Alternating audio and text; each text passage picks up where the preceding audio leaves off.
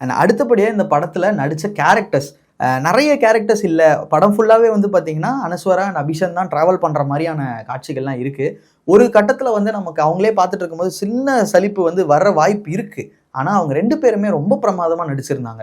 அனஸ்வராவுக்கு இதுதான் வந்து ஃபஸ்ட்டு தமிழ் படமாக இருக்குது.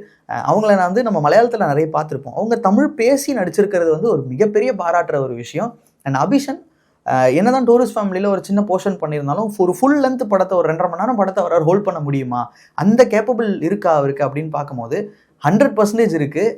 இதில் வந்து சாங்ஸில் வந்து டான்ஸாக இருக்கட்டும், காமெடி போர்ஷன்ஸாக இருக்கட்டும், எமோஷனை கன்வே பண்ணுற விதமாக இருக்கட்டும், டைலாக் டெலிவரியாக இருக்கட்டும், எல்லாத்துலேயுமே அபிஷன் வந்து ரொம்ப பர்ஃபெக்டாக அவருக்கு கொடுத்துருக்க வேலையை ரொம்பவே சூப்பராக பண்ணியிருக்காரு. ஒரு டெபுட்டன்ட்டுக்கு ஒரு சூப்பரான ஒரு ஒர்க்கை பண்ணியிருக்காரு. அண்ட் அங்கங்கே நமக்கு நிறைய ஹீரோவோட அக்கா கேரக்டர் இருக்கட்டும், ஹீரோவோட அப்பா கேரக்டர் இருக்கட்டும், சித்தப்பு சரவணன் பண்ணியிருக்க அந்த ரோலாக இருக்கட்டும், ஃப்ரெண்டு ஒருத்தர் வர டாடா படத்துலலாம் வருவார்ல, அவர் இதில் ஃப்ரெண்டாக வர்றாரு, அவர் பண்ணுற ரோலாக இருக்கட்டும், அந்த எக்ஸ் லவர் அனிஷா அப்படிங்கிற அந்த கேரக்டர் அவங்கெல்லாம் இருக்கட்டும்.